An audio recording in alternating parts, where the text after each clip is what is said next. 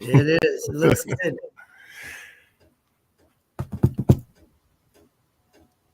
Hello, everybody. My name is Lewis Lee, and this is Playing in Traffic, where we do this every Thursday night live on YouTube and Facebook. So please like, share, subscribe. You know all the good stuff.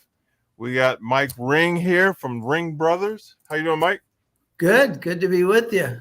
Man, I'm so excited that you're on, man. I've been wanting to get you guys on for years, but with time and scheduling, But man, I really appreciate you coming on, and man, I'm just excited. Yeah, it's not that big a deal. We're honored that you'd give us the time to be on with you. So it's a mutual feeling. I'm glad to be here. Jim's in Omaha right now at a buddy's house, but yeah, he ditched out on us, huh? he ditched out. Yeah, so it's just me tonight. But we'll do it again. Oh yeah, for sure. I met you and Jim back in 14 in SEMA, and I covered your recoil unveiling. And if anybody hasn't seen this car, you have to Google it or go search it. Recoil is a killer, and every time I look at pictures of it, I find something new or something else that I didn't see. So, what was your inspiration on that build? That's it. It's hard to believe it's almost 10 years ago when we did that car. Yeah. But, we started it longer than 10 years ago. But the owner was super cool, Chris McPhee. And he was a guy that just liked what we did. And he was a super good customer and said, just do what you guys do. I just want metal seats and a color that's really not a color. And that's about all he said. And we kind of took it from there. He wanted a 66 Chevelle. But other than that, he gave us free reign. And that's, it was the first time we ever did like water transfer. So we made all the seats and did a texture that we wanted people to look at and go, what is that? And it's kind of the whole car was around something that we had never really done before. And it was a lot of fun. And it still made a good impact for us today. I mean, people still, if you ask them, a lot of people, what's their favorite car we've done? That car comes up a lot. Yeah, it's one of my favorite. Like you have a lot of them that I like, and I was telling matter of fact, I think I was telling the guys last week here on the show that all your cars have a flavor. It's hard to explain. Like, you look at your car, you're like, I know that's their car because it's your flavor. And a lot of different builders have that, but yours is a different feel. You know what I mean? I really don't know what you mean, but it's a big compliment because we have had people say, I can tell that's a Ringbrothers car. And it's like, how do you know? You know what I mean?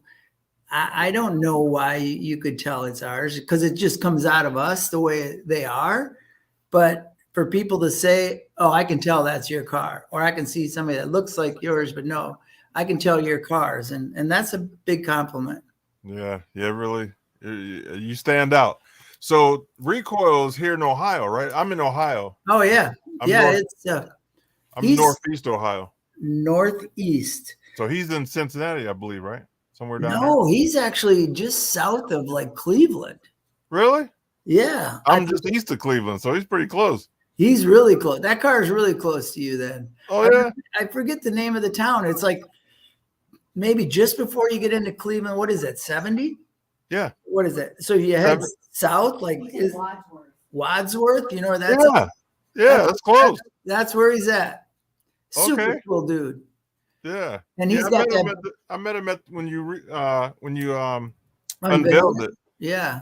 Yeah. And we did that Blazer for him this year. I don't know if you saw that crazy K-fired Blazer we did.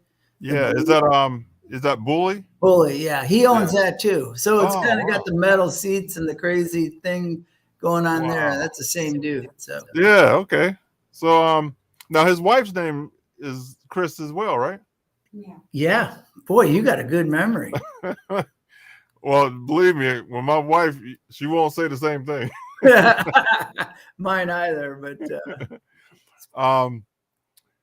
Yeah, that bully's. You know, I was going to bring that up. That bully's pretty sweet too. Yeah, Now, what year is that? 72. 72 Bronco. K5 Blazer. Yep. Oh, it's a Blazer. Blazer. Yeah. So yeah, it was different. We had done a different one for him, a black one, and he sold that on Bring a Trailer and did okay. And then because he wanted one before we were finishing this bully, and then Mm-hmm. COVID hit, and we kind of put it on the back burner and came to SEMA this year with 4 cars. So it was a pretty big SEMA for us. Yeah. You know, this year SEMA was really nice because it wasn't overcrowded, but it was still, you know, it was nice. A lot of people were back, yeah, and we hadn't been there for a couple of years, and it was nice seeing everybody again. Yeah, that's for sure. You know, I kind of went into a depression a little bit because I didn't go for a couple of years. I'm like, man, I'm used to seeing all the fellas. You know what I mean? It's like the annual get together. It's so true. Yeah. Yep. I missed everything except the price of a martini in Vegas. That was a little shocking. So yeah. Everything is. Oh God, it's crazy. So are our cars though too, I guess. They cost a lot too. So I can't really say the martinis are expensive. What we do is expensive too. Oh yeah. So I got a question about your Winnebago. Yeah. You got to tell us the story on that. You know, that's a crazy story. I don't know if people saw that thing. It's called Happy Camper, but Moose, I don't know if you know Moose from Rad Rides. If anybody knows somebody at Rad Rides, it's probably Moose, because he's the one that takes care of all the cars and takes them to all the shows, and everybody knows him. But he was out in Barrett Jackson. God, it's been several years now. And he said, "Oh, there's this bitchin' little camper you guys should buy and put down because we have a little property on the river and it'd be perfect for that." So we called a friend, Bob Johnson, who's kind of a big Barrett Jackson guy, and he's always out there early, and it was going through on like Tuesday. And we said, "Bob, if it goes cheap, you know, Moose said it's cool, buy it." So we went out on Thursday. He goes, "Yep, 10 grand, you own it."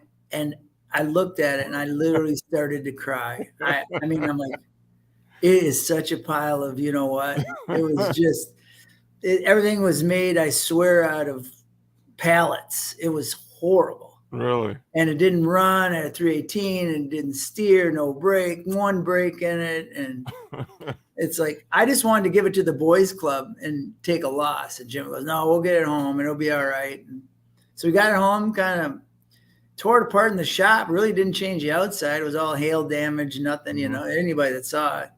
Yeah. And it was kind of just freeing for everybody to just kind of throw whatever at it and not get too concerned. And then it had a LS in it that Wagner's do a lot of our motors. And it was only like 450 horse, and it was a dog. Well, then Carl comes back about a month later with this supercharged LS3 and then just gives it to us and said, "Quit your whining. You know, this should make it run good." So end up having about 900 horse in that 18, 19-foot Winnebago Brave. And, you know, the rest is history. Anybody that went in it, we had them sign it. And I'll tell you what, if you were 8 years old to 80 years old, anybody that went in it just smiled. It just made them smile. Well, when I seen it at SEMA, it was at SEMA when 16 maybe? The year I think we had the Javelin. Yeah. The years go by, but you're about right. Yeah. Yeah, I seen it there, and I'm like, man, this is pretty sweet. Yeah. Yeah, it's pretty unassuming. You know, you'd pull up at a stoplight and people wouldn't even, they wanted to look at you, but they didn't, you know, and because it was definitely shitter full type, you know, not too hot of a vehicle. And boy, but when you take off the line, you could probably beat a Corvette because it would just hook and go, you know. So it made a lot of people smile. Yeah, I've seen a video on YouTube of it running. Running pretty good. Yeah, it run pretty good, especially you didn't want to go. We had it going 100, but I'll tell you what, it's scary. I bet. And, you know, part of the reason I like it because I bought an old school bus and I'm converting it into an RV right now. Awesome. And me and my wife are going to retire early. and we're just gonna travel around. So we'll swing through your way. That'd be great. We need to plug in. We're gonna come to your place. Yeah, you can definitely do that. No problem. You're not So, too far. So if you break down, we can help you out. Yeah, I won't be too far from the house. No. Okay, so let me see. You got the recoil. You got the. I'm gonna pull up one of these pictures real quick. I'm gonna pull up my magazine. There you go. Let's see. If I remember how to do this here. Well, you're better than me. I got a flip phone yet, and I got my wife and son here to help me out to get you on. Yeah. All right, here we go. So, man, I really enjoyed going through and doing, covering this car. God, that's a great article looking back at it. Yeah, I really enjoyed it. And that was this. I think this might have been my first issue. Really? So I have to look back. See, I kind of let it slide. So I kind of, you know what I mean? Right. I need to go back and get and start playing around with it a little more. Yeah, there's nothing better than print. I still love holding a magazine and going back at it. And it's pretty special, since there really isn't a lot out there anymore. Yeah, there it is. Yeah. I think you guys gave me a press CD. Yep. And that's where I got all the pictures from. Yep. Yeah, we found that's like the best thing that we could have done is to help us, because we always never really built show cars, but really debuted everything at SEMA and felt like it gave us a good response when we had some photos and all the write-ups that people could write. They had all the information they would need. Yeah, it was really, really informative. This is an incredible car, man. It was, and it's such, I mean, that car, I don't know if you've even seen Jay Leno, the one he did with it. He did it. We did with Jay in it. And honestly, you could really see his excitement from driving that car. It was, Jay, he's done several since, but never did I get a reaction from Jay like when he drove that car. Really? Yeah. So if anybody gets a chance to just check out YouTube with Jay Leno and the recoil, you'll see he gets pretty giddy driving it. Yeah. Okay, so what is your favorite your favorite build that you've done? I don't think I've had that yet. I think they're all kind of special. I think, even that producer car we did, that 65 Mustang Fastback, it was orange. Mm-hmm. That car was fun. Obviously recoil is right up there. I mean, Madam V for the Cadillac, that truck we did this year called Enyo is right up there. Is green, like an old farm truck that we turned into a Formula One. Oh yeah. And I don't think you got to check that. It's called Enyo, Enyo, and it's pretty special. It looks like a Formula One car ran into a pickup truck. So, yeah. I'm on your website now. Is it on your site? It's not. You probably just have to hit Google and just hit Ringbrothers Enyo, and it'll probably come up. It's like a olive-ish, more olive green, but it's pretty cool if you see it. But we've done a lot of cars. We did a Patriarch Mustang this year that I really liked. It was a '69 Mustang, and I've seen that at SEMA, right? You had yeah. That and the white Camaro we did this year was nice too. That one's called Strode, and that car we brought a lot of iron this year that we were pretty proud of. All of them, I think, were pretty nice. But Enyo, we won the Battle of the Builders this year with that truck. At SEMA. So a few people thought it was different enough, I guess. Yeah, for sure. Okay, so what is your daily driver? Do you have a hot rod or do you got a old grandpa car? I don't. I got a Dodge pickup, and my wife, it was my Jeep. I bought one of those 392 Wranglers that my wife hated when she drove it the first time, and then the second time When she found the cutouts in the exhaust and saw the young boys looking at her, she kicked me out of it, and I've never got to drive it since. So yeah. I don't have a, Jim and I try that. We tried to build a couple shop trucks, but then it's like, who gets to keep it? He beats the shit out of everything, and I'm a little bit try to take care of it a little more. So it never seems to work. Yeah. So we neither of us have anything cool. Oh yeah. We kind of live our life through our customers. Hey, that works too. Yeah. I'll tell you, man, you build some hot stuff. Thanks. Yeah, we're building right now. We're doing a CUDA for Futures. We built a Blazer for Future, the rapper, and he's got a manager that's his first cousin, and his name is G. He's super cool. We're doing a 70 CUDA for him, a 69 Charger for a guy out of New York, a 65 Mustang convertible for a guy, a 61 Rolls Royce that we're just about finished up on with a LT4 in it with all independent, but it looks stock. It's just white. That's the one with the big fenders, right? Yeah, the 4-door, big old cloud, the gray Poupon car, if you want, with the tables in the back. And so, what's that? Oh, and then a Grand National. And Aston Martin, a 71 DBS that I'm pretty excited about that, to do something completely different. Well, our mutual friend Ray, he's probably going to go crazy over that. Yeah, probably. Yeah. I text him and see if he'd come on, but I don't know if he got my text. Oh.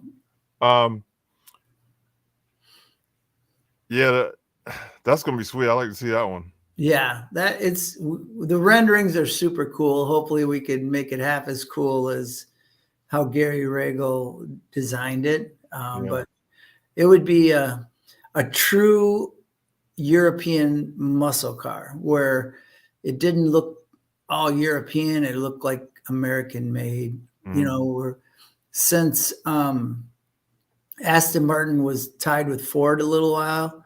We're putting a twin turbo Coyote illuminator in it. And so it should make good power. I mean, power's gone crazy today. I mean, I don't know. Get it.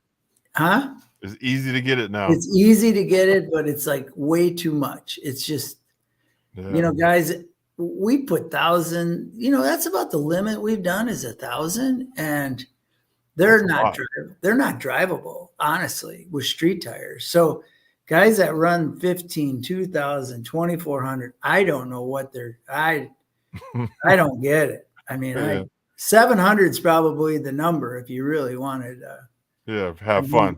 Yeah, and usable. Other than that, it's just measuring. You know what? Yeah. That's about it too. Yeah. That's great. Okay, so what celebrity have you done something for? What was the best car you've done for a celebrity, you think? We don't do a lot. We have a guy we're building a car for. I can't even mention his name. He's probably pretty high up there on the food chain list. But I don't know that we've done many what you'd call celebrities, huh? Besides Future being a true celebrity. We've done a lot of vehicles for people with a lot of money.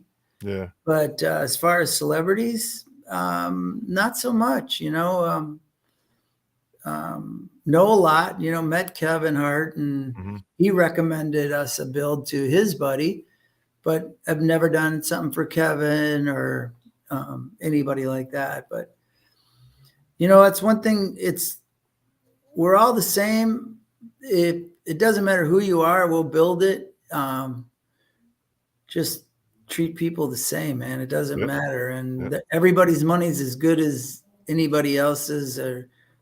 So we just want to build stuff for people that appreciate what we do, right? And it's fun. It's fun to get somebody to really say, do what you guys do. And, that's why Chris McPhee was so awesome in Ohio. Right. That he's like, I like what you do. I really don't want to tell you what you do. So he said, yeah, build a car with metal seats and a color that's really not about color. Right. And we gave him the recoil. So it's fun to do what's inside you. And because sometimes people want you to do something and they say that, and then they get involved and it's like, oh. Yeah. Well, I'm an artist and I do leather work. I make leather products. And I love when somebody says, like a lady will say, make me a purse. Yeah. And she just gives me full rein. And then it comes out so much better because I can flow a little bit. You know what I mean? So I know exactly what you're saying. Yeah. And then it's also probably just like with you, I'm sure for you too, it's like people want to say, oh, what would you do with this? It's like, well, it doesn't work that way. I don't know yet. I gotta, it's almost like you got to start moving in your body to create the juices. You just can't say, I'm going to build you a purse and know exactly what you're going to do. You just kind of, who knows what makes that turn for you to do something different. But it's the same with the car. It's like people say, well, I got this car and they show me a picture. What would you do to it? And I'm like, I don't know. I mean, my brain doesn't think that way, or my brother's, that you can just say that immediately what you would do, because it's a collaboration at the shop with everybody. Jim and I get to be called ring brothers, but we got some pretty special people at the shop. How many people do you have at the shop? Well, total, I would say pushing 30, but that's with our machining and our collision and the girls. And so really only 4 fabricators, and us painters, we work in collision and in when the cars come over. And Jim does a lot of the wire. Well, he does all the wiring and assembly and things like that. So everybody's kind of got their own little niche there, and it's kind of fun. Nobody's really got an ego, and it works good. Now, what is your specialty? Mine is more in the paint department, bodywork paint. That's where I like to hang out.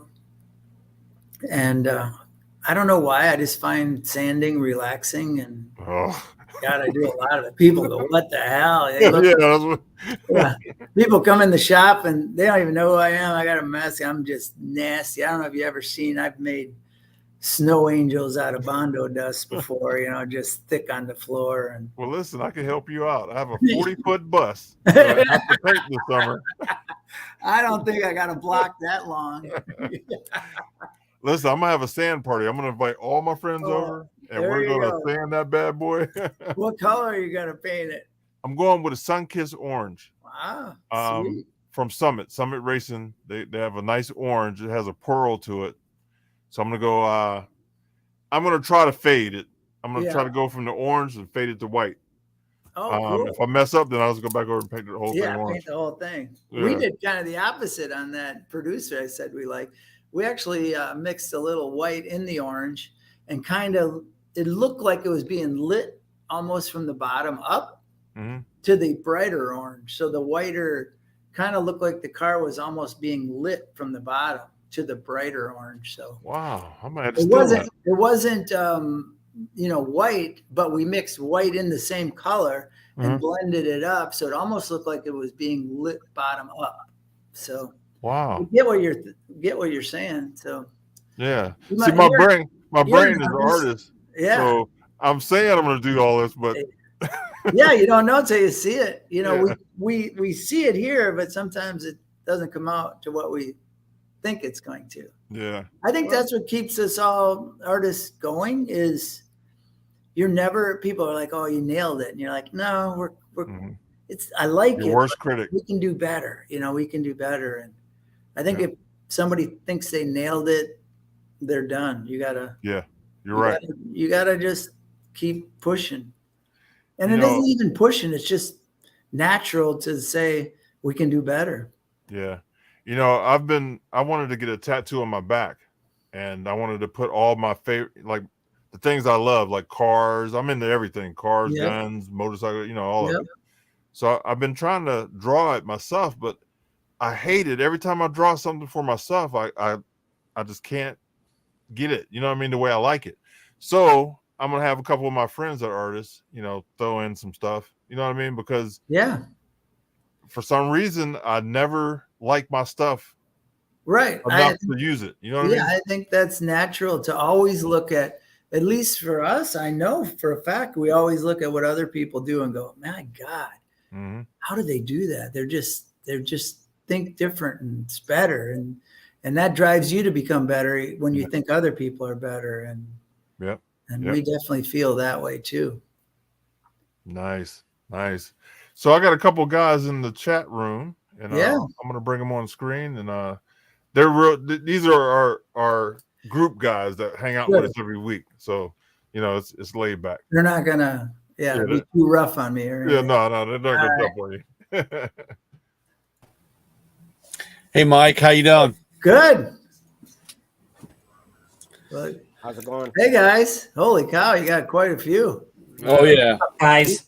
So we got Papa Squirrel. He's the oldest member of our gang member. He's the oldest. Then we got Scott, Isaac, and Brian.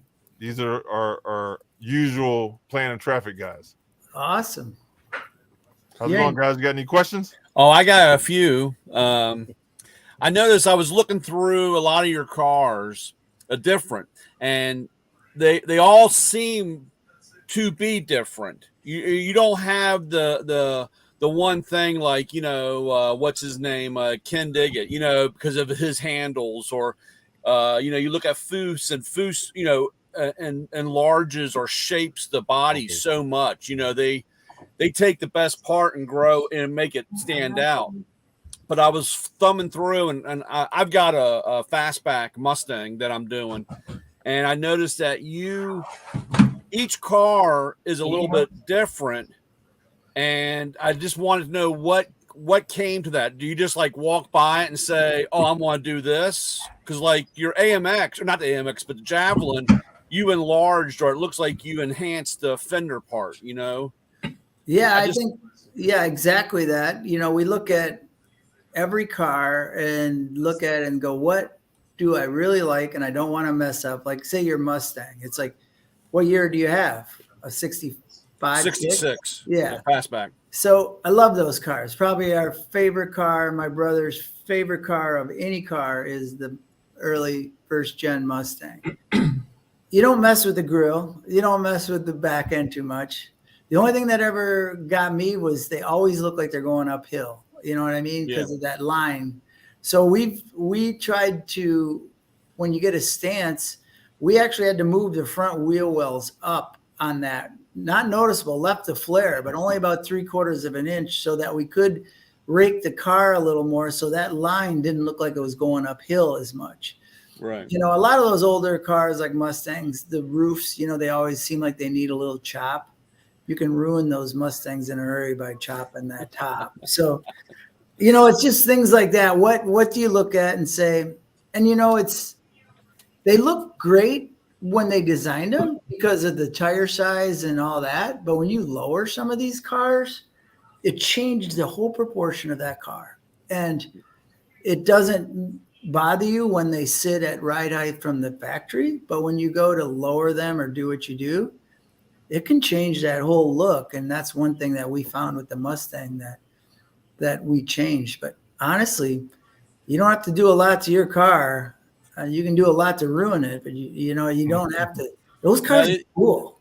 Yeah, the only thing I did, I leaded it in. I have no handles or I shaved all that. Yep. And I didn't do it all. I can't take all the credit. I had a buddy, and I did put the Thunderbird lights, the 65 Thunderbird lights in, and they're flush mounted or so much, so they don't really stick out too far. Right. And I guess really, I've got like 3 different noses for the front, and I haven't decided because I go back and forth where sometimes I like the spoiler in the front. Yep. With the cutout. Then sometimes I don't like the spoiler. I just want the cutout. I don't. And then I know the front bumper kind of throws it because when you tuck it all in, that sticks. You know, you got to Sticking move out. that so much. Yeah, they're so big. So good luck with that. That's something we've always, the Mustang front ends are really high. You know what I mean? Where compared to, say, the rocker panel, they sit, the front balance is really high up in them. So yeah, I did the Shelby drop, and now actually I want to cut it. And I don't know. I keep going back and forth about putting a ring and pin. I mean, a rack and pinion, Sure. and putting the, cut out the shock towers, and then that way I could kind of lay it on the ground right. a little more. But it all leads into other issues. So if you like the way it drives, you probably better leave it the way it is till you figure it out. Because it's been apart for this long. I don't know if it'll ever really get back together. But if you can't make a decision, it won't ever get done. I know, that's my problem. That's why for us, we really try to get cars in and out. I mean, that truck we did was the longest, and that was probably 3 years because, man, exactly the demons you're fighting is what we fight too. It's like, oh, I should do this over. It's like, no, we got a plan. We're sticking with it. Yeah, well, like you guys said earlier, I do something and everybody says, oh, that looks great. Leave. And then, of course, I'm like, man, if I just do this, and next thing you know, you're sanding, cutting, re-welding, and moving stuff around. And I have to admit, I've gotten to the point where just leave it alone and put it together, because that drives you crazy. That's the problem we say with my brother, Jim. If we get it done 2 weeks before SEMA, we're in trouble because he will mind screw that thing for the next 2 weeks. And it's like, just leave it. It's where we thought it should be. But you give yourself any time, you're going to do exactly what you're doing. And I know the other guys got questions, and I'll let them ask. But on recoil, what was under the front spoiler? Oh, that was an air intake for the intercooler. Oh, okay. All right. Okay. So, congratulations on Battle of the Builders. Well, thank you. Both you guys. Well deserved. The Razor Camaro. Yep. I love the front end of that car. God, do you remember that car? That's going back. I'm a Chevy guy, so. That car is going back a long time. Got to be like, God, Chip did the Terracuda that year, so it has to be like 14 years ago.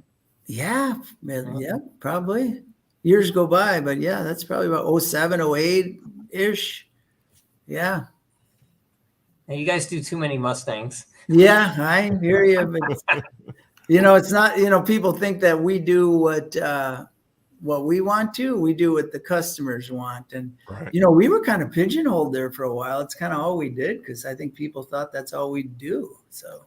Well, you guys sell a lot of like custom like hood hinges and stuff like that too. Yeah. Mostly that type of car. Yeah, that's what we started doing. So it was kind of made a little business off of that end of it too. Where is your shop?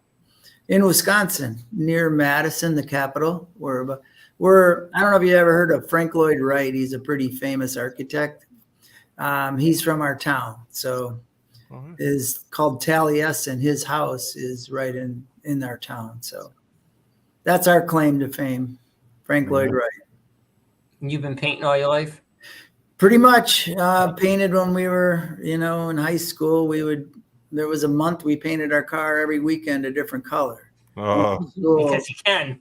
Because, well, I don't think we could back then, but we did. We did it in Mom's basement, and she worked nights, and she would come home screaming, saying we're going to blow the house up because we did it right next to the hot water heater and couldn't get the fumes out of the house. It was, Centauri single stage. Oh, yeah. And nasty, the whole house. Yeah. Yeah. So every weekend. Every weekend. Paint was wicked cheap back then. Yeah, it was cheap. It's gotten a little more expensive, hasn't it? But well, you're in good shape for being a painter because as a tool distributor and being on the road, there's not a lot of old painters around. Yeah, sniffing the fumes are a little rough on people. They sure are. I've got 2 new knees, though. I wore them out, so I got 2 knee replacements a couple of years ago. So I'm wearing out. The shoulders are about shot, but I still like doing it. What type of gun do you use? We have a lot, but SATA, the 5500 is probably our favorite if you had to ask. Yeah. They're just a little more temperamental. Yeah, go ahead. I have a question. On the adrenaline build, how did that car start? Like, how did you guys acquire? Can you go into a little bit of the build? That's by far my favorite car that you guys built. Really. And what is the adrenaline? I forget which. Is that the AMC? Pantera. The Pantera. Oh, Pantera. Yeah, it was. Pantera. Yeah, that was a funny car. That was a fun project too when we did that. It was a husband and wife. It was at another shop. You know, you hear those stories, and it just wasn't getting done. And they were going to do a restoration on it, and they wanted us to do it. And we're like, we just don't do restorations, because my brother started doing those, but it was always, you know, what'd you do wrong? You know, you got the wrong date code on the light bulb in the glove box, right? Mm-hmm. It was never about what you did right. It was always about what you did wrong. So we told her we wouldn't do that, or them. And then they said, well, do what you do. And the husband ended up dying of cancer, and we got it and just really had fun. I mean, it was, you know, the big problem for everybody was the Chevy motor, but for us, it was packaging, and it was less expensive. And, you know, there was already somebody had already put, they made an adapter for the LS to the transaxle. So somebody had already done that work. It just made it an easier, you know, a lot of people think it's just unlimited budgets, no matter who you build for. And that's just not the case. And anybody that knows LSs, whether you like Chevy or not, know that they make good power in a small package, which worked well for that car, because there's not a lot of room in it. You know, Kindig lengthened his, which was a good idea, but at the time that wasn't in the budget. And the lady that ended up having it was only like 4'9", so she didn't need any leg room. So. No. But it was fun to build that car. I mean, we did a lot of work to it, and I still think it looks good today. Oh yeah, it's Yeah, a the work one- of art. Yeah, the one Kindig did, obviously they needed to make that thing taller or longer, rather, because what's his name that owns that? I don't even know who owns that car. Ernie Bach. Oh, okay. I'm in Massachusetts. Their dealership him and his dad had dealerships for years. Oh, and they're okay. like an hour from here. Yeah, it's a pretty car. Yeah, Dave. He's got a huge car collection. He's actually a musician. Oh, really? Yeah. See how much I know about people. I didn't know. I went in the Navy in '81, and I never heard of Jimi Hendrix. People were like talking about it. I'm like, who's that? I have no idea. And they're just like, you're nuts. But you knew Stevie Ray Vaughan, though, right? No, I didn't. I wouldn't have known anybody. So I got to remember, I was Tom 600. So yeah. You knew House of Colors. What did you do? What's that? In the Navy? Yeah, I was what did you do in the Navy? I was a if you don't mind rescue me swimmer asking? in the Navy. My father Wow. was a CB. Was he really? Cool. Yeah, I was in Coronado. Your father might have been in Coronado in San Diego. So He was. yeah. He Was he? He was in Port Hueneme. Port Hueneme. Wow. He was.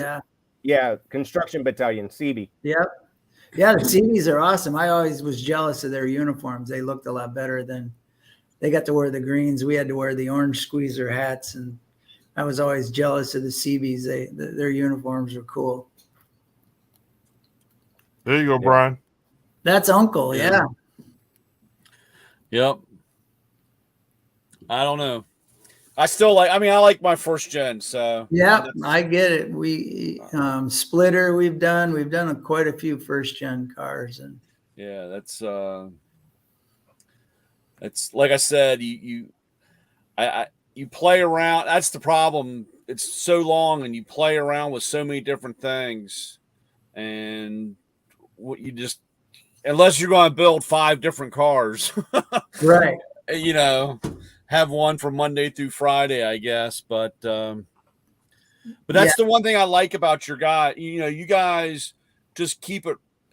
It's very simple. I mean, and I don't mean that in a bad way. It's just that you just have very clean lines on your cars. I appreciate it. You know, you try to make things timeless, and then you look back and go, God, it wasn't timeless. But you know, when you're doing them, that's really what you're trying to do, is like not be so offensive. I've learned that graphics come in and out a lot, so graphics are tough, but you look at simple graphics like a Z28 or Mustangs, if you stick to things like that, I think you're going to be safe, or no graphics at all. Yeah. But I think if you want to date things, I think you mess with the grill, you mess with the back end. I mean, grill to me is probably the number one thing of cars that we all loved and can recognize guys like me that, man, I used to drink a little bit when I was in high school, and I could tell you every cop car coming down the road. I mean, I would know, and I think guys my age could do that were into cars. You could tell what was coming, it's like, that's a cop. That's, that's a LTD, or, that's what it was. And it kept me out of trouble a lot of times knowing that. So it's one thing that I've appreciated cars for. So like that grill that you're looking at there, that's really cool. It's completely different, but we didn't ruin. Everybody still can tell that's like a 72 grill, even though it's completely different. We made it look recognizable, and I think for us that's important.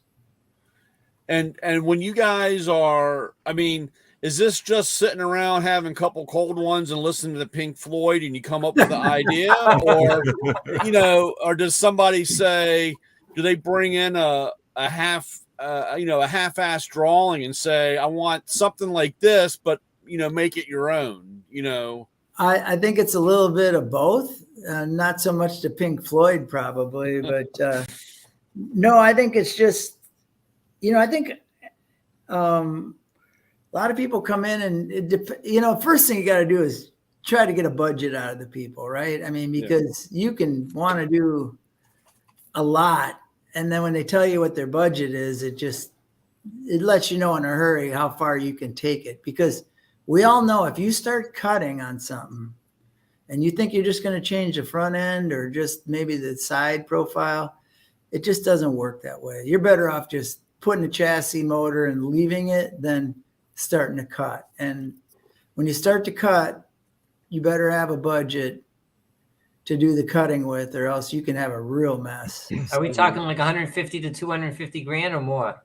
More. I mean, honestly, we've looked at that, and I don't think I can build a car, say like what you're looking at, that Charger, for under $500,000 anymore, just because of, I mean, there's so much that you don't see as far as the underneath and the wiring, parts today. Say that Charger with the, you can buy the Hellcat really pretty reasonable, right? They'll say 13, 15 grand. Well, that's none of the computer. That's none of the front drive. That's none of the intercoolers. That's none of the tubing. That's not the fuel system. You know what I mean? So that $15,000 motor, $13,000 motor, to get it to run, you're looking at 35 grand plus. And you still got to tune it after. Yeah, you still have, well, not as much as that, but yeah, I mean, that's just, you don't think about. And then you got custom interior, suspension. And that's even the cheap stuff, right? You could spend $8,000 in fittings for your lines, for your fuel lines and your brake line, right? You could spend 8-10 grand in just that. Paint, the price of paint and materials, figure $20,000 with all the abrasives through the whole thing.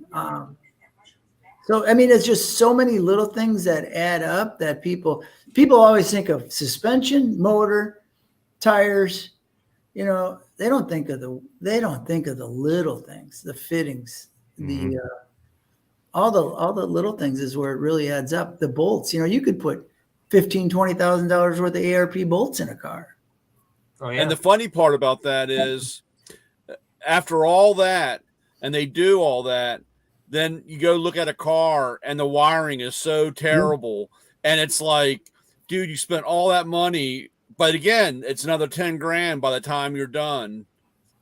Just on top of that, or like you said, bolts. I freak out.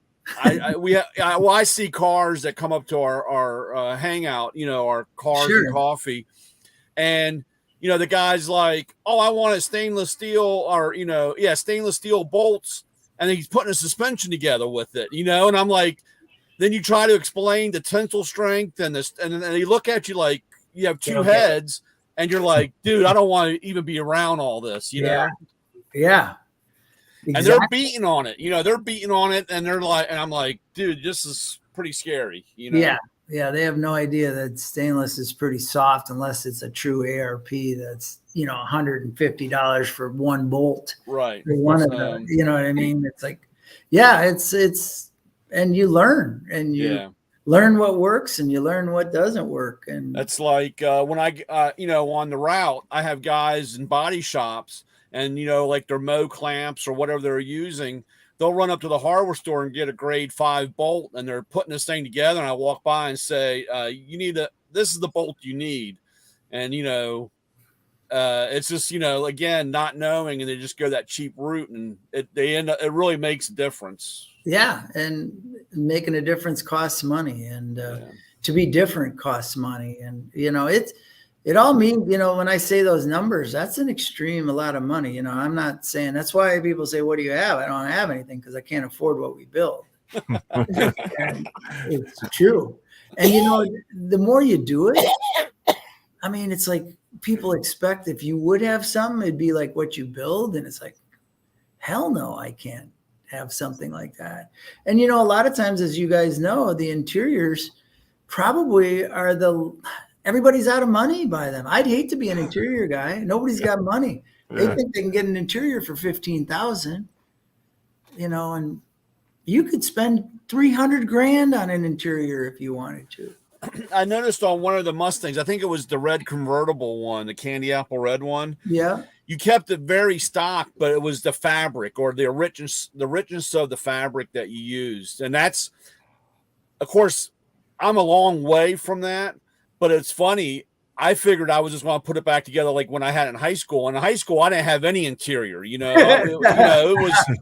was 2 seats, and we held on, to the shifter. You know what I'm saying?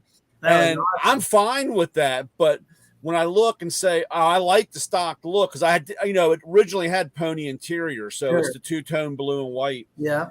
And I said, but I'm at the point now where I would love to have that richness of texture, I guess. And that's where, again, it's finding the right person to do that. It is. And is that in-house for you guys, or do you send it out? Most of our cars that you've seen are all done by Steve Pearson. He's one-man shop. Unfortunately, he just lost his wife. And as we all know, you can't one man, it's hard. And we do a lot of the panels. We make a lot and have him come up. In our early days, we shipped a car right from the beginning. We shipped the car to somebody, and it was really disappointing. And it was one of them things where, you build the car and then, the interior guy, he'll take care of it, and kind of let him do what he did. And that was one of our first cars. And it was like, we can't do that anymore. Our heart and soul's in this car. I can't just let him throw a street rod interior in a 69 Camaro or a 67 Mustang or whatever it may have been. Mm-hmm. And so I really found Steve, and he just happened to be pretty local to us, a couple hours away. But I knew he could sew, and I knew he could sew straight. And we've just worked together great for 20 years now. And to me, he's the best there is. He's just, but it's time consuming, and it's hard to get the customer over that hump when you've already taken them to the screaming end already. Yeah. Well, I have a story. Me doing leather, one of my buddies talked me into doing his interior. Wow. So my first interior was a Hummer. You're kidding me. And when I tell you, I learned a lot. You didn't charge him enough, did you? Yeah, I didn't charge him enough. No, you couldn't even fathom what it was going to take you. You don't realize how many little parts of the seat that you don't pay attention to. Like every corner has a different little piece of leather. I mean, it's like Oh my God. I took it apart and I'm like, what did I do? Well, thank God you had a pattern. Think of the Yeah. guy that has no pattern and shapes the seats. And Yeah. Yeah, you thought you were going to start out with 3 cals and finished up with 15. yeah, isn't that Yeah. amazing? How much leather they go? I go, where the frick are you putting all this leather? You need how many hides for this A little lot. guy?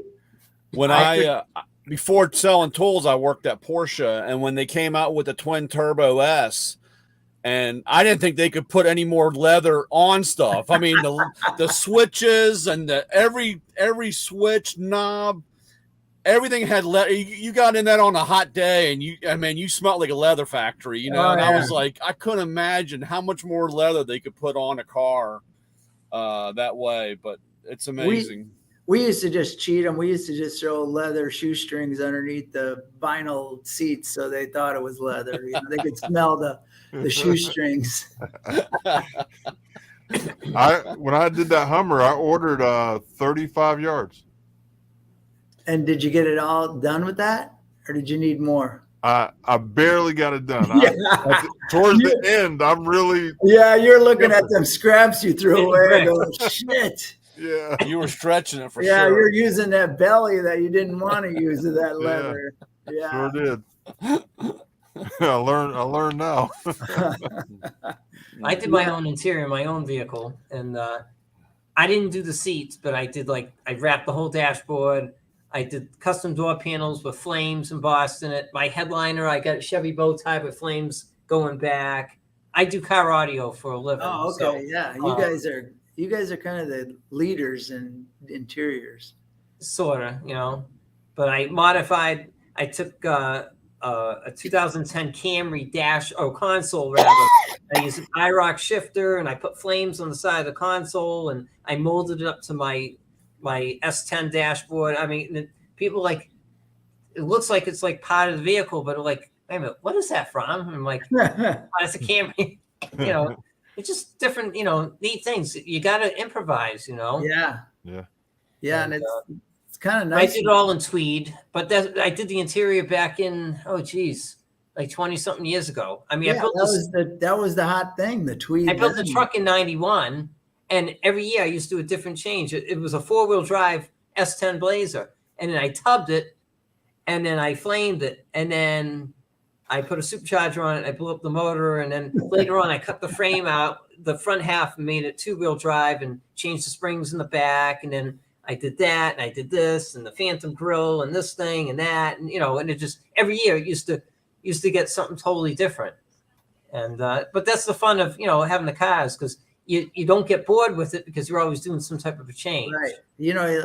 It went back earlier where you imagine it to be this and it's never quite that. So it always drives you to get that utopia that you feel in your mind that you never do reach, but we strive for. And it's a great, I mean, people go to the bar, they spend their money on a lot of things, and I have something to show for it instead of pissing it away in the toilet. Yeah, it's fun. It's funny though. It was in Super Chevy magazine and a couple of truck magazines back in '96, and the truck is far better now than then. Yeah, and it's like, man, if I could just get somebody, to, take some pictures. And actually, I know Steve Minotti. Is that how you pronounce his last name? From Junkyard Gold. I don't. He's one of the guys that talks on the Barrett Jackson auction. Oh, okay, Steve. Yeah, you guys had him on the show here, Lewis. Oh yeah. Yeah. So anyway, he's 35 minutes from me. Oh, that's cool. To me, and I know he's taking pictures of almost the different cars and got them in the online Hot Rod magazine thing. So I might hit him up on that. We, believe it or not, that's how we met here originally. Is we do a lot of that up front. We spend the money having people take professional photos because there's no magazines that want to go spend the money, right? So you have to feed them. If you want to do it, you almost got to get out and do it yourself and give them everything they can to write an article about your vehicle and give them good professional photos. And it's paid off for us, I can tell you. Yeah. The only sad part about it, then you got to give up everything. They want the basically cake, icing, and ice cream with the cherry and a sprinkle, and you might get a spoon. You know what I'm saying? Right. I Well, can't stand that. they used to try to strong arm you, like, oh, you know, if you take us, we want exclusive. You can't give it to anybody else, and we've just never done it. We're just like, no, we're not. You can have it, you can do it, but no, we're not going to make anybody exclusive because nobody's that big a reach that can reach everybody you want to. Right. So, right. Well, when I covered recoil, you guys handed me a little memory stick, which I just seen it. Where did I see it at? oh, you still got the memory stick? Yeah, I just seen it the other day. It's somewhere here in my shop. Yeah, you were Ray, you know right where it was. Yeah, right. Yeah. So it had all the pictures, and then I did the video of the unveiling. So I added all that into the website, and it came out really nice, man. Yeah. I enjoyed it, and I'll tell you what, whoever's doing your photo work is very good. Yeah, we try to use different ones we've learned over the years, but you know, we try to mix it up and get, you know, nobody wants to put a shitty photo in something. If you give them, you know, shit in, you shit out. So you give them good stuff and you'll get good stuff. So yeah, look at this. This is incredible. Look at the dashboard. It's like modern, but it's nostalgic, you know? Right. That was one of our first Blazers we did. And then we did one for Future. Yeah, so we made that. That's all billet. It's an Alpine radio and the rest of it looks yeah, old. Right. Exactly. So, and now we've done other things since then. We machined our own dashes and glove boxes. And so, yeah, it's, we try hard not to ruin the age of a vehicle, you know, by, It's timeless. yeah, gorgeous. you try to do it. Sometimes we look back and go, missed it a little bit, but at the time we like it. Well, So I got a question. Sure. Oh, go ahead. I got a question about this Camaro. This is a very sexy looking stance here. And yeah. Valkyrie. Yep. What? So I know something's different with the body. It's got the fin in it. It's got the cutout down by the wheel. See? Oh, Yep. here in the front? On the No, down in the back, in front of the back wheel. It's got like a Firebird, but not. It's got like like a a Mustang Mustang. scoop in it. Yeah. Believe it or not, that car is a 69. The only thing that you could take off of that car and put on another 69, the only thing that would fit is a door. The side glass, nothing else. Really? That car is 5 inches wider in the rear than a regular 69, 3 inches wider in the front. It tapers from the door all the way to the front fenders. Yeah, I see it. Yep. The wheelbase, the car is exact same length, but we moved the wheels ahead 1.5 inches in the front. The front. The header panel is like 5 inches, 5 inches wider than the stock original. The hood goes all the way back. If you flick through a couple of those pages, you might be able to see like more of a front end shot of it to really Flush windows. Yep, flush glass. It's just much wider than. Yeah. Oh yeah, you see how wider it is just Yeah. from looking at that view. And the roof is sunk, and That's sweet. and the back end is pretty crazy because that was built for a European guy. I went to Belgium, so we had the old plate, you know, the really narrow, long plates for European cars. Oh, wait a minute. So Let me go back. Dude, that's incredible. So did you set the motor back in that? The motor's way back. It's got a supercharged LS3 in it by Wagner. Yeah, under the hood structure we made, you know, cross braces, kind of like the interior. That car was all one-off. That whole car was a one-off build. Tail lights are cool. Yeah, we machined them all. They got small holes. I can go on and on about that car alone. We did How many another. hours do you think you have, or years into that? I think there's about 7,000 hours in that car. How long did it take time-wise? So like 3 years? That was 2.5. Yeah, Yeah. 2 years on You guys that. like get bored or just so tired at the end of a build, you just wish it was done? Oh, all of them. Yeah. But you know, once you're done, and then believe it or not, you know, you ship them to SEMA because, like I said before, we try to debut all our stuff at SEMA because we feel like we get the biggest bang. We don't really build cars for a show or anything. Mm-hmm. And we debut it there to try to get the press. And even the week that we're gone in between, they get picked up and then we see it at SEMA. It's kind of nice to get that, even that week break makes you appreciate what you did a little bit, you know, instead of looking at it every day, hating every little thing that you know that's bugging you about it.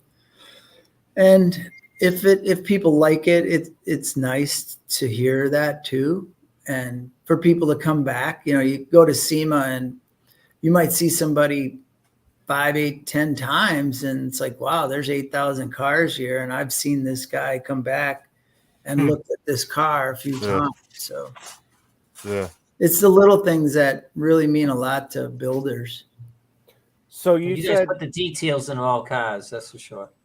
Yeah, we go ahead. You said that on this Camaro you moved the front wheels up, right? Yep. And you did that with the Javelin as well. And then Correct. Earlier talking about the Mustangs, you were mentioning that. Now, is that have anything to do with increasing the handling, or is that more aesthetics? I would say it's mostly aesthetics, but it definitely helps in the handling too. Anytime you can get that weight back a little bit on the, you know, the front of a car, the better it will be. But the Javelin, we moved that like 6 inches.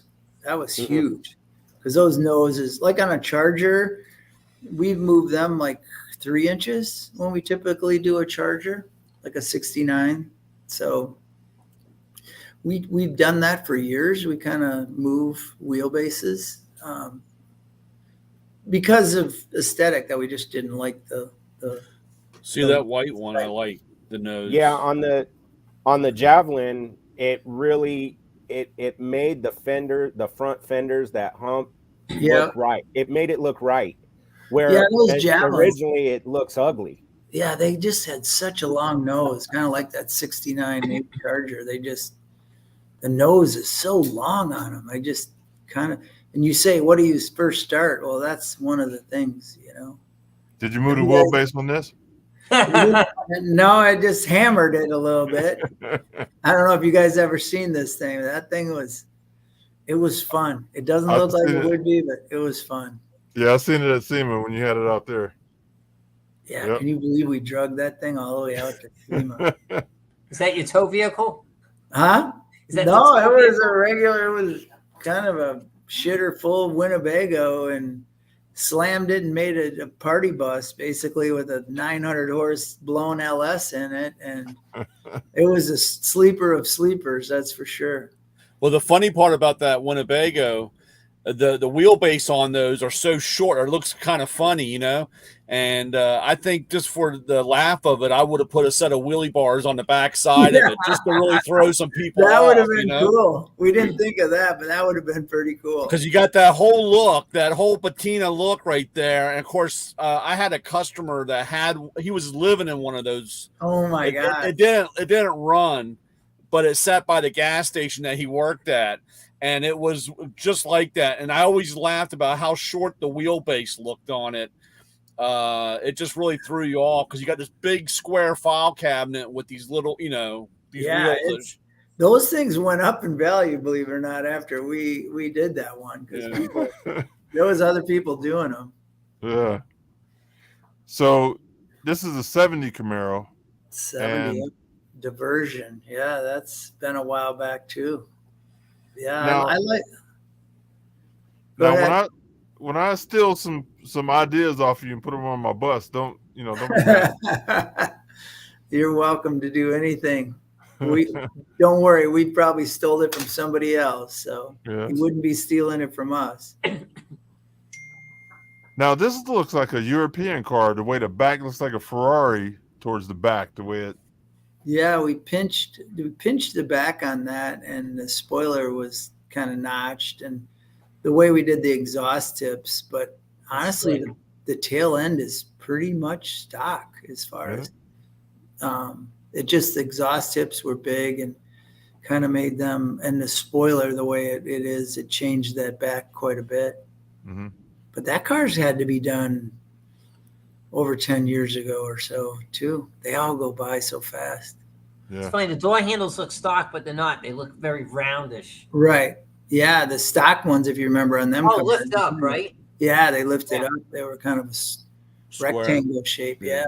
Mm-hmm. So that's one of the problems, like, like putting a 4-link underneath my Mustang, then you get into problems with exhaust, around, because I personally like it coming out of the back, Sure. and of course then you're playing around with either you're running a flat square tube type thing and it's either hangs too low or you got to tuck all that stuff up inside the car.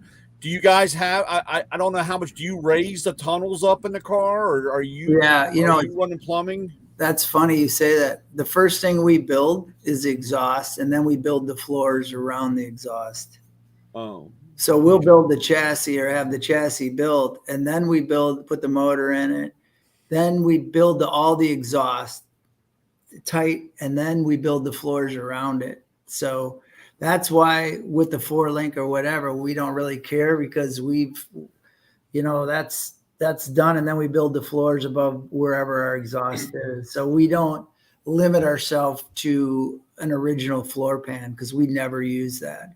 Right. That's where all the time comes in, And are you wrapping the exhaust once you get it in? I mean, is it not wrap, but I mean heat protective wise, There's some areas that we will wrap with heat, but a lot of times what we do is not Cerakote. I can't remember the name of the product we use. We actually spray it. It's like a Cerakote, but it's not, but it takes a lot of the heat out of the exhaust.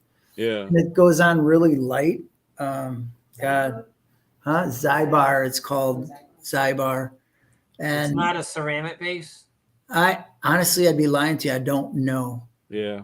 But it's called Zybar. It's expensive, but it really works. It takes the heat out of it. Those taillights are cool. Yeah, we machined all the taillights and, still wanted them to be recognizable what they were. So, man, that is sweet. Then we machined the lenses or we print them now. Back then, I think we machined them, but now we'll print our lenses. So we do a lot of that. You can 3D print clear or through or see-through? Yeah, you can print colored lenses now too. Yeah, they make a dye for your. Wow. And then a lot of times what I'll do is, if I'm not real happy with how red or maybe yellow amber was, I will tint my clear and clear over that. And a lot of times, instead of polishing the plastic, I'll get it smooth and then I'll just clear them with Automotive clear. Gives it a little more UV protection too. So, reds, obviously the sun doesn't like, so it's hard on them. But if you put clear over that, and then you don't spend all the time trying to polish everything out of them.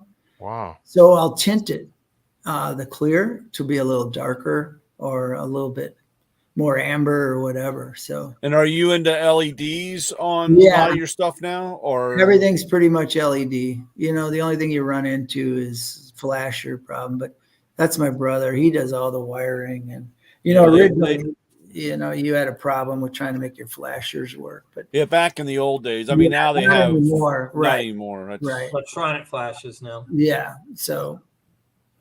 Wow, that was nice. That's the fun. Exclusive to BASF.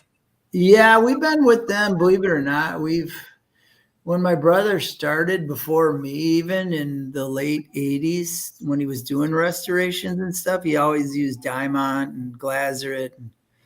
We've been using it, long before Chip and Troy, and, just something we've always used. And they have a really good color match system for collision work. And that's really why we use them, is for color match. And it's also a great product. And it works good for what we do in this part of our business too.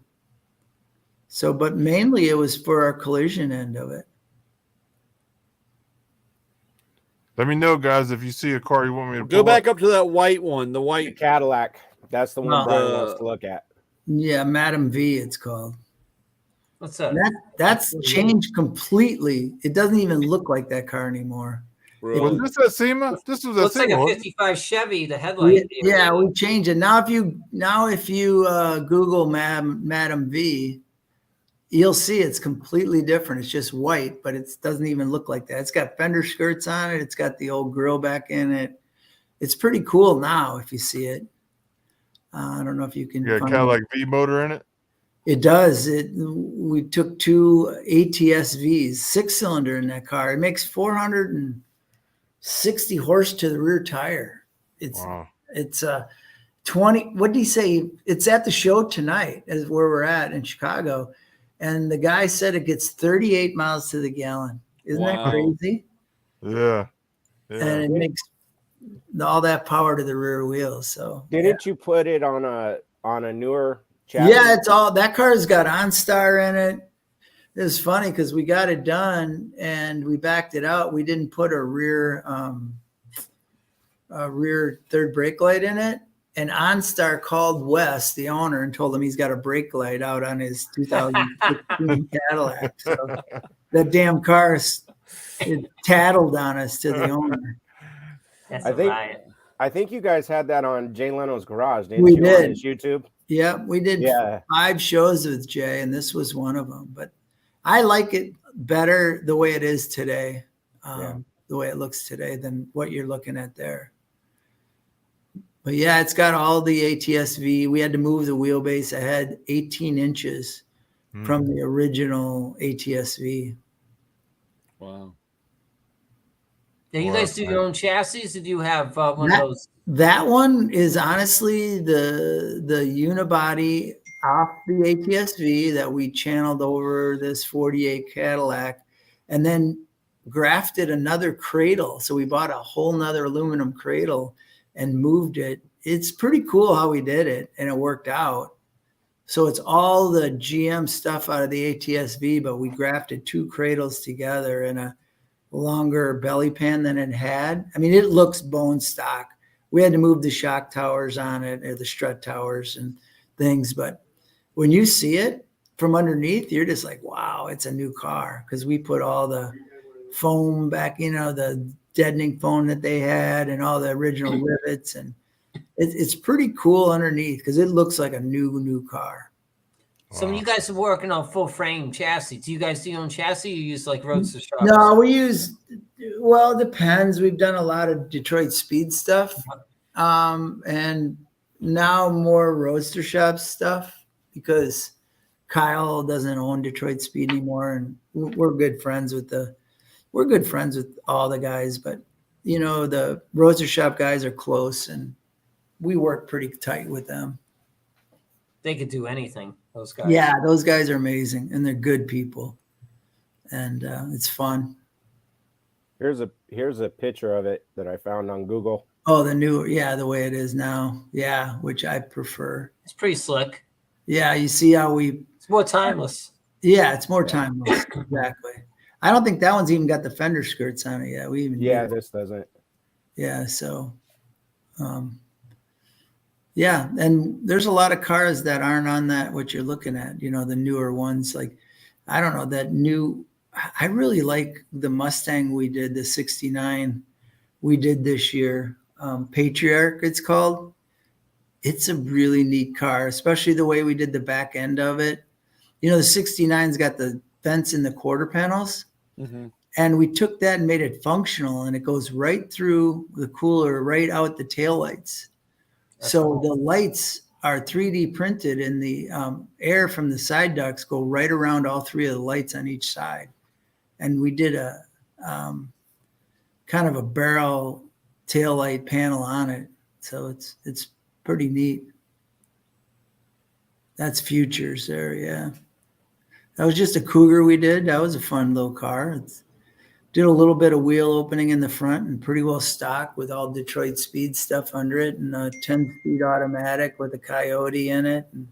And car runs good, Guy had one brand new in 68 and wanted it that color. And like I said, you guys just keep it very simple, But there's that I guess that's the best part is like how it's so subtle of a change. You know, there's something that's not right, or that's not the way it was. Yeah. And it's not over dramatic, or like you said, you don't want that drama with it or whatever. Yeah, you try to walk that tightrope to do. I think a lot of guys, if they do something, they want everybody to know what they did. You know what I mean? Yeah. If you're going to build a spoiler, they want everybody to know they built the spoiler. They want everybody to know they did this. And I noticed, like on that Camaro that you had with the spoiler, it was laid down on it. It was only several. I've been playing with the back of my car the same way on mine. I don't like the spoiler kit that they made for it that had the sides, for the around the tail lights. Oh yeah. Yeah. And I want it more laid back, I guess, instead of being up, or not flared out. If you're going to flare that out, you got to flare the rest of the car. I mean, for me at least, that's the way I look at that. Yeah, I mean, we all have that feeling that we feel real strong about on certain things, and when you feel that strong about something, it's important to trust your gut. Yeah. I liked how you laid that on top. And of course, I guess when you put the laws of physics of downforce but those cars aren't really being driven that way. I mean, right. I mean, but you have it there. I guess, I don't know. I just really like your lines. Well, I appreciate it. And I guess the most dramatic for me that I've seen is that javelin there. You know what I'm saying? Yeah, where you accent the eyebrows. We really, if you know those cars originally, they don't really have a flare that goes around the wheel wells. They're just kind of straight. Mm-hmm. And we lowered that car so much, we created the rear quarters. We not only did we bulge them, we put a lip on them, which they don't have factory. And there's that crease line that goes through the door into the back quarter. If you look at a stock one, that crease goes all the way above the wheel well. That's how high they sat. Right. We actually cut that wheel opening way above that crease line. So it's amazing. Like I said before, when you lower a car from the original stance, a lot of things come into play. What's that car? Real like 5 quick. inches lower? Is that car sitting like 5 inches lower or more? I think you're right. I think that's exactly what it was, is 5 inches different. Hey, I gotta go. It's bedtime for me. It's nice to have you, Mike.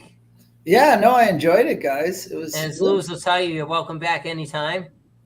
Oh yeah, your family now. Before we get going here, I always ask this question, Mike. I'm going to put you on the spot. All right. Okay, are you ready? Sure. On the Tri-Fi's, 55, 56, or 57, which one is it? You know what? You're probably. I'm a 56 guy. Oh my God! Oh my God! Right I answer. hope he's not watching us right now. Man, Terry, I'm glad Terry's not here. We never asked that question. Mike never answered that question. Man, I was starting to really like you, Mike. Yeah, I know most guys would probably go to a 5 or a 7, but there's some about a 6 that I think they kind of got right a little bit. The 5s are a little bit too plain, and the 7's too much, too overdone, I think. And I'm just the 6 kind of guy. Yeah, me too.